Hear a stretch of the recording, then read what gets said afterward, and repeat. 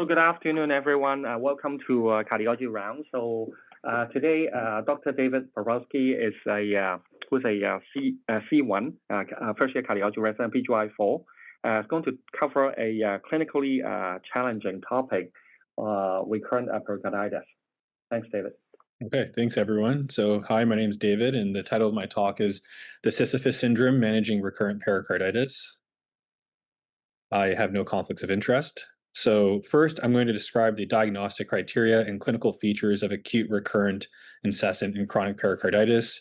We're going to apply evidence-based guidelines to select appropriate therapies for recurrent pericarditis, including new immunomodulators. And then we're going to analyze the challenges in managing recurrent pericarditis in patients with NSAID intolerance and steroid dependence using a complex case example that I had the opportunity to see. So first, the case, a 30-year-old gentleman comes into the emergency department. He has a family history of Hashimoto's thyroiditis, but otherwise is a healthy individual. He's complaining of pleuritic, sharp chest pain that's also positional in nature after a recent upper respiratory tract infection. And he also mentions that he has dark stools and some abdominal pain. Blood work shows a normal hemoglobin, slightly elevated white blood cell count, elevated CRP, and normal troponin level. This is his ECG, and if you take a look to my eye in the inferior leads, it's more prominent. You can see some PR depression and ST segment elevation, which could also be appreciated in some other leads as well, with the reverse features in AVR. And this patient is ultimately diagnosed with acute pericarditis. And to go over some of the ECG findings that we see in acute pericarditis, within hours to days of initial symptom onset, you typically see PR depression and generalized ST segment elevation. This sequence of ECG changes is only actually seen in about 60% of patients, with upwards of 40% of patients presenting with atypical or non-diagnostic patterns on their ECG, the most common of which is isolated PR depression. Within the first week of symptoms, typically the J point begins to come back down to the baseline, and then after about a week, you have T-wave inversions that could persist for weeks to months, and then eventually normalization of the ECG. These changes are due to epicardial or adjacent myocardial inflammation, with the parietal pericardium being electrically silent. And again, these changes can be diffuse across the entire ECG or localized to a single region. In terms of the diagnostic criteria, you're looking for at least 2 out of the 4 typically clinical criteria. In this case, our gentleman had classic pleuritic chest pain that's sharp, rapid onset, and improves with leaning forward or sitting forward. It's typically worse leaning backwards with inspiration, coughing, or hiccups. We look for the typical ECG changes, which he also had. You could listen for a pericardial friction rub, which is best heard at the left sternal border with the patient leaning forward. And then with ultrasound, you could look for a pericardial effusion that is more than trace or physiologic. Typically for these patients, their course is limited and uncomplicated, so an echocardiogram in terms of imaging is more than sufficient. So our patient was admitted to GIM, was treated with ibuprofen, and quickly his symptoms improved. He also had an OGD that diagnosed duodenitis and a little bit of bleeding, and ultimately was discharged on an ibuprofen taper, colchicine, as well as pantoprazole for gastric protection. Just going over briefly the epidemiology. So about 5% of ED visits for chest pain in North America are consistent with pericarditis.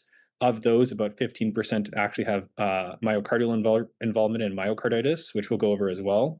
In terms of the etiology, most are idiopathic, unable to really identify an underlying cause, often attributed to a viral infection. Only about 14% of cases, the infection is able to be determined. In developed countries, again, this is usually a post-GI bug or post-upper respiratory tract infection. Increasingly, though, there's a post-cardiac injury syndrome. That could be due to cardiac surgery, pacemaker insertion, TAVIs, ablation procedures. And then you kind of have this smorgasbord of other causes, autoimmune diseases, hypothyroidism. Now with cancer, whether it's the radiation, the treatments themselves, like the checkpoint inhibitors, or the cancer itself, all of those could be contributory.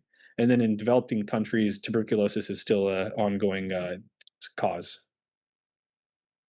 In terms of biomarkers, none of these are diagnostic and they're non-specific, but CRP has been shown to be an indicator of recurrence when elevated. Troponin could also be measured, and this is usually an indicator of myocardial involvement, but it's not necessarily a negative prognostic marker.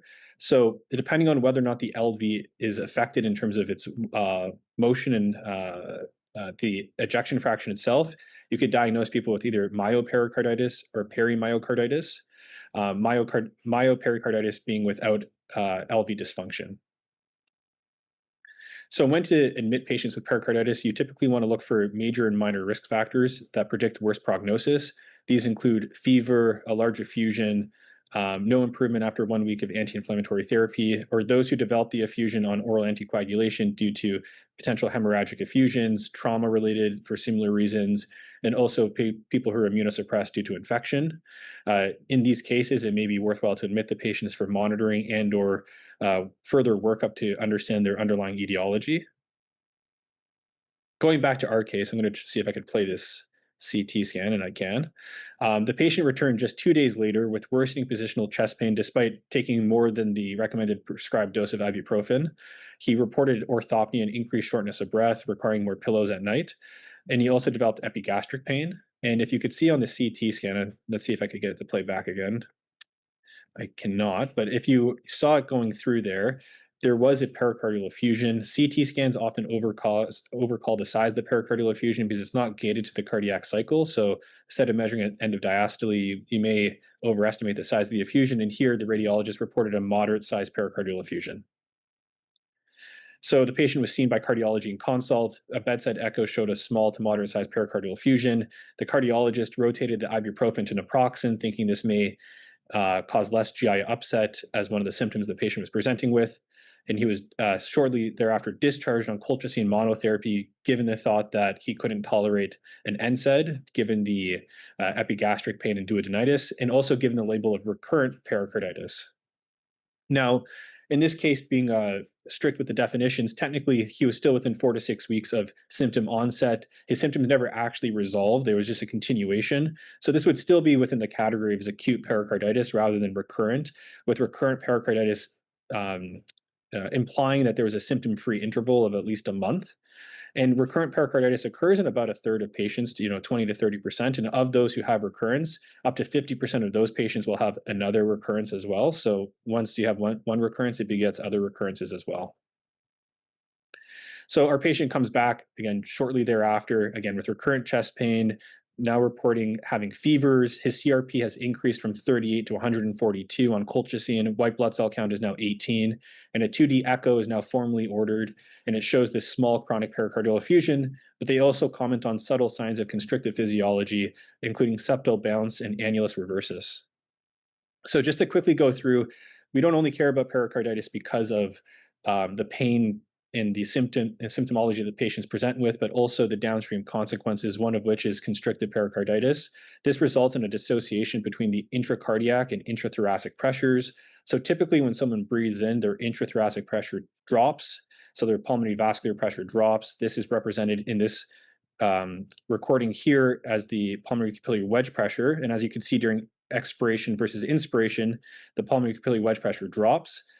And typically that reduced pressure is then transmitted to the left atrium into the left ventricle during diastole, and the diastolic pressure also drops. The issue with constrictive pericarditis is it essentially isolates the LV such that it does not feel this reduced pressure. And during inspiration, there's a reduced gradient between the LA to LV, so there's less driving pressure to fill the LV.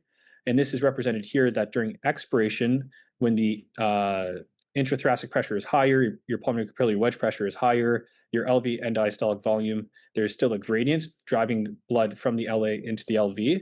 While in inspiration, there's less of a driving pressure given that the pulmonary capillary wedge pressure has dropped, but the LV end diastolic pressure has not changed significantly.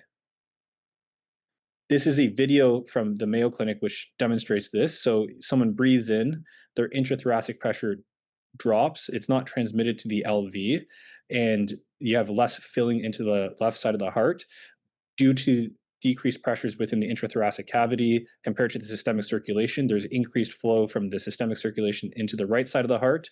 And because in constrictive pericarditis, the sum of the volume of blood between the left and right sides is constant, you end up getting shifting of the septum or ventricular interdependence to compensate for this increased volume to the left or to the right. So here we could see now the person has breathed out. As they breathe out, the pulmonary pressures increase, which increases the driving pressure into the left side of the heart, and the septum shifts the other way. And this is what gets at this notion of a septal bounce, which you could see here. You could appreciate the bouncing motion of the septum in both the MRI and the echo images here. This is not our patient, but images I was able to find online. And again, this is due to the ventricular interdependence and the sum of the LV and RV volumes being essentially constant in constricted pericarditis. Now, in terms of annulus reversus, taking a step back, looking at how we measure LV diastolic function on echo, we have our E wave, which is seen during, which we measure during early diastole, which is the volume, which is the velocity of blood going across the mitral valve annulus. And here you could see this is the passive inflow when the mitral valve opens. Then you have diastasis where the pressures in the LA and LV equalize.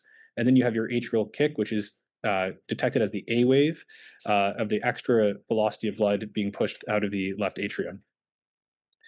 This is done using a pulse wave Doppler, which you put just at the mitral valve inlet. And the waveforms, your E and A waveforms, are positive because the blood is going towards your probe. And if on the echo machine you're having trouble identifying which one's which, you have your S wave, which is a negative deflection which is blood flow going away from your probe, which is your systolic blood flow. And we use velocities rather than volumes because they're easier to measure on echo. Similarly, now you have your E prime and A prime, and what these represent is relaxation of the myocardium during diastole. So as the LV fills, the muscle relaxes and goes away from the probe. So similar here, during passive filling, you have your E prime, which is the myocardium relaxing, going away from the probe. And then when you have the atrial kick, similarly, the myocardium relaxes further. And again, as the LV constricts during systole, you have a positive deflection because the myocardium is constricting towards the probe.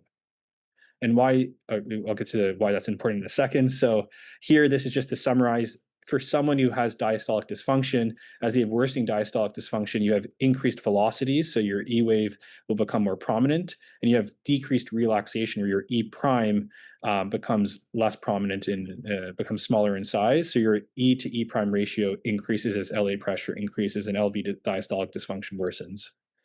So the idea behind annulus reversus is that typically when you measure movement of the myocardium, the lateral wall relaxes more than the medial wall, but because there's that constriction along the lateral wall, it's not able to actually accommodate and relax as much. So in order to accommodate increased blood flow into the ventricles, the heart actually extends longitudinally, and you get increased relaxation along the medial mitral valve annulus. And this is a reversal of normal physiology, hence annulus reversus. So going back to our case, our patient was again then discharged after this recurrent presentation, but this time has been promoted to prednisone for 2 weeks at a 40 milligram dose, and then as well as continuing colchicine therapy. Comes back to hospital shortly thereafter, as soon as finishing this 2-week course of prednisone with, again, recurrent symptoms of pericarditis, seen by rheumatology. They sent an autoimmune workup, which was negative, and then now restarted on prednisone at 40 milligrams with a tapering schedule, and colchicine has now been extended to a 6-month course for this recurrent pericarditis, seen by outpatient cardiology as well, and they started Plaquenil as a steroid-sparing agent, which we'll get into more detail about. During that admission in December, they had a formal echo as well, and the echo at this point mentioned no signs of constrictive physiology. So compared to before, there was a question of it, but now it seems to have resolved, and I don't see here on the images, I don't appreciate the septal bounce as mentioned before. And also, again, they had their tissue Doppler assessed, which was within normal limits. Their outpatient cardiologist, again, struggled because as they tried to taper the medication, the pain recurred, and they repeatedly increased the prednisone dose in order to alleviate symptoms. And eventually the patient presented to hospital in May. Again, as they attempted to down titrate the prednisone to 15 milligrams, the patient was also taking higher and higher doses of Advil at home in an attempt to compensate. And during this hospital admission, seen by both cardiology and rheumatology, they were starting azathioprine as a steroid-sparing agent in an attempt to wean off the prednisone. But again, the prednisone was increased to 40 milligrams with a tapering schedule. While admitted, the patient also had a cardiac MRI, And the images go quite quickly, but I'll try and, if you could appreciate the pericardium here, you could actually see it. It lights up a bit. So it's hard to actually slow down the images here, unfortunately, but here you could see that lining there. There's LG enhancement. And why using cardiac MRI in this case makes sense is that in general, cardiac MRI has a 73% sensitivity, 99% specificity for recurrent pericarditis. And using T2 signaling or LG signaling as well, you could look for edema and inflammation. And based off of the patterns of these imaging modalities, you're able to categorize patients based off of having acute or recurrent inflammation or pericarditis, subacute or chronic inflammation, or no active inflammation whatsoever, based off of whether or not they have LG enhancement and T2 signal. And it provides an objective assessment beyond symptoms and biomarkers. And really a limitation of biomarkers is that if you're on prednisone or other anti-inflammatory drugs, it's possible that the CRP normalizes, but there's still underlying inflammation and inflammatory process going on in the pericardium that can be visualized on cardiac MRI. And so someone with no symptoms and negative CRP may still actually have active inflammation on cardiac MRI. And this could then be used to guide whether or not it's safe to taper medications or whether or not to start other medications, which again, details to come up soon. And this ongoing inflammation is an attempt to identify a subgroup of patients who have an inflammatory phenotype. So if someone has an elevated CRP or has had an elevated CRP and has ongoing LG enhancement, these are patients who may actually benefit from IL-1 inhibitors. And using this approach to determine when to taper medications and when to start IL-1 inhibitors has actually been shown in some retrospective studies to reduce recurrence, steroid exposure, and pericardiocentesis. So seen by the rheumatologist as an outpatient, azathioprine was increased, again, trying to taper down this prednisone, but ultimately the patient was admitted with azathioprine-induced liver toxicity with elevated transaminases. Ended up going through genetic testing to try and determine whether or not they had a thiopurine genetic defect that prevents them from being able to tolerate the drug. Again, prednisone was increased again, but this time the outpatient physicians as well decided to pursue anakinra. So many hospital stays and countless outpatient visits, and the patient was unable to wean from their prednisone, and eventually the decision was made to pursue an IL-1 inhibitor. To go through some of the pathophysiology to explain the treatment decisions, the pathophysiology of pericarditis is such that there are DAMPs and PAMPs, which are damage or pathogen-associated molecular patterns. These could be like a DAMP could be ATP or DNA from a host cell, while a PAMP or a pathogen-associated molecular marker is like viral DNA or something from the cell wall of a bacteria that is then detected by a pattern recognition receptor or toll-like receptor. This then transcribes a transcription factor, NF-kappa B, that goes into the nucleus and produces pro-interleukin-1 beta or precursors to interleukins or cytokines, something called NLRP3 and phospholipase A2, which is an enzyme that converts phospholipids into arachidonic acid and then eventually turns into prostaglandins that lead to inflammation of the pericardium. A second danger signal is necessary, but eventually this NLRP3 is then converted into an inflammasome, which activates these pro-cytokines, these pro-interleukins into active interleukins. And as you can see here, those interleukins then kind of feed into this cyclical loop where they lead to more transcription of NF-kappa beta, more interleukins, more inflammation, more prostaglandins. And we could appreciate here on this really nice figure that anakinra and other sister medications either block the interleukin receptor or soak up the interleukins in the pericardial space to prevent ongoing inflammation. Corticosteroids affect multiple different pathways, but they decrease the transcription of NF-kappa B and also decrease the activation of phospholipase A2 to decrease prostaglandins in the pericardial space. And colchicine prevents the aggregation of tubules to actually form this inflammasome that activates your interleukins. So each of these different drugs affects either more of a downstream or upstream pathway in terms of the inflammation in the pericardium. So NSAIDs, to go through their role, they're for symptom relief. They don't prevent recurrence, and that makes sense because if we go back to what NSAIDs do, they really just block this COX-2 or the COX enzymes that convert arachidonic acid into prostaglandins. And prostaglandins are what really cause the inflammation and pain and irritation in the pericardial space. So they don't actually prevent or interrupt the inflammatory process. They just affect the downstream pathway. Key considerations here are that they often, depending on the patient population, could cause renal dysfunction, worsening hypertension. And our patient, he had duodenitis, so it could cause GI bleeds and worsening abdominal pain.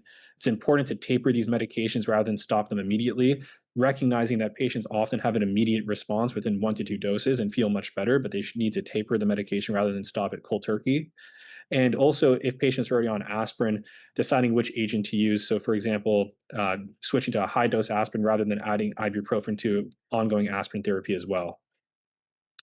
Next, we have colchicine. So this prevents reoccurrence. And again, this makes sense because it affects the formation of the inflammasome that activates the cytokines.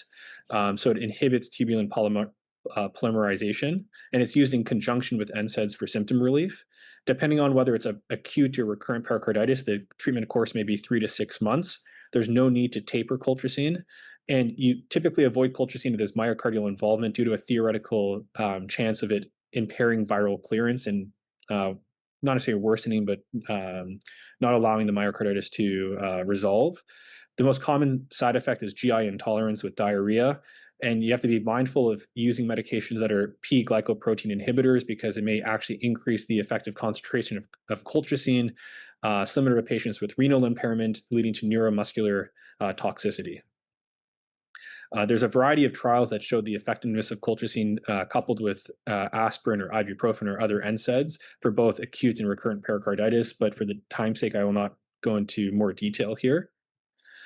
Going on to prednisone. So prednisone is more of a second-line treatment. The reason why it's not used more upfront is it comes with a much higher risk, about 4.3 times higher risk in the COPE trial of recurrent pericarditis. It functions, as we saw in the picture before, by inhibiting multiple different immune pathways, decreases cytokine production, decreases leukocyte migration, decreases production of prostaglandins. So patients have quick symptom relief, but the issue here is that they're at then higher risk of recurrence. Typically, it's reserved for patients with an underlying autoimmune disease that's driving their pericarditis, patients who are pregnant, or patients who have an immune checkpoint inhibitor-related pericarditis as well. It's important to use low to moderate doses, so 0.2 to 0.5 milligrams per kilogram per day. You only taper traditionally when symptoms in CRP have resolved. And once you reach a critical threshold of 10 to 15 milligrams, you really want to be slow with your tapering schedule, about only 2.5 milligrams every 2 to 6 weeks, decreasing to prevent the recurrence. And again, you want to use it as a triple therapy or dual therapy with colchicine and NSAIDs as well. Now, going to some of the data and literature about the interleukin inhibitors, first up is anakinra from the AirTrip trial. So this is a IL-1, both for alpha and beta receptor antagonist. This trial looked at corticosteroid-dependent colchicine-resistant recurrent pericarditis with at least 3 recurrences and an elevated CRP, which our patient would fall into. They studied specifically idiopathic recurrent pericarditis, and tapering for anakinra is necessary. And what the trial found is that as they removed other therapies, so during the run-in phase, they tapered off colchicine and NSAIDs as well, although 57% of patients continued colchicine, I should say. 90% of patients in the anakinra group were recurrence-free compared to only 18% in the placebo group. In the Rhapsody study for ranolixept, this is a recombinant protein, so it's like a decoy receptor that soaks up the interleukins. Similarly, they looked for patients with at least 2 recurrences. They had to have positive CRP, positive pain scale scores, despite using NSAIDs, colchicine, and glucocorticoids. They included also patients with post-cardiac injury syndrome. Again, similarly to the other study, these patients were tapered off other medications once a certain resolution of their pericarditis threshold was identified. And similar to the other study, only 7% recurrence rate in the ranolixept group compared to 74% in the placebo group. They also mentioned that there's significant reduction in CRP within 24 hours. And more recently, the gofliclozep study here, similarly, it's a recombinant protein that binds up interleukins. It has a 14-day dosing interval. The population here, though, was different. They looked at recurrent pericarditis, but you only need to have one recurrence. And they also looked at patients, the majority of which had quiescent disease. So they didn't look at patients who had active recurrent or pericarditis. They could have symptom-free CRP negative, and they wanted to see whether or not being put on the drug also prevented recurrence in that population as well. These patients were included if they had idiopathic recurrent pericarditis, and there was a 0% recurrence in the goflicicep group compared to 90% of the placebo. And comparing the groups and some of the outcomes just to highlight. So in the air trip, so for anakinra and for is it their mouthful? Rilonacept, they required CRP elevation to define recurrence events, while for the goflicicep group, again, they did not require CRP to identify recurrence or to actually be like enrolled in the study. In terms of the tapering schedule, in terms of how they removed other drugs that the patients were on, like colchicine and NSAIDs and steroids, in the goflicicep study, NSAIDs and colchicine were stopped cold turkey after 14 days. In the air trip trial for anakinra, actually the majority of the patients continued on colchicine, but NSAIDs had to be stopped within 2 weeks. And then in the ranolicept study, all therapies were tapered within 9 weeks. And no patients continued on other therapies. The takeaway from this tapering schedule is that concomitant therapies can safely be removed and actually rapidly tapered once you have the effect of the interleukin blockade. And again, just to mention here that in the goflicicep study, the design was limits insights into acute flares versus maintenance management because they looked majority at quiescent disease rather than active disease. Additional immunomodulators. So in our patient, we saw that he was put on Plaquenil and then rotated to azathioprine. The literature on these other immunomodulators is more limited to smaller studies, case series, typically used in populations that have underlying autoinflammatory diseases where these drugs would be used to actually treat the underlying process. But there is literature to show that they can be used, like azathioprine and methotrexate, in an attempt to help gradually taper off the steroid. But again, typically used more so in patient populations that I was reading about, where they have an underlying autoimmune disease driving the pericarditis. This is an overview of the different treatments that we talked about. So again, for acute pericarditis, typically you use NSAID and colchicine combination, then consideration for prednisone and or anakinra or these other immunomodulators. And really the paradigm shift here with cardiac MRI that I was referring to before is that with cardiac MRI, with patients who have recurrent pericarditis, it offers an opportunity to identify patients with a phenotype that is considered this autoinflammatory phenotype, where using interleukins earlier on, rather than really leaving it as this last-ditch effort, makes a lot more sense, and also provides insights into whether or not it's actually safe to taper these drugs. Because again, if someone's on prednisone, their CRP may be normalized, they may be symptom-free, but they may still have signs of underlying inflammation on imaging.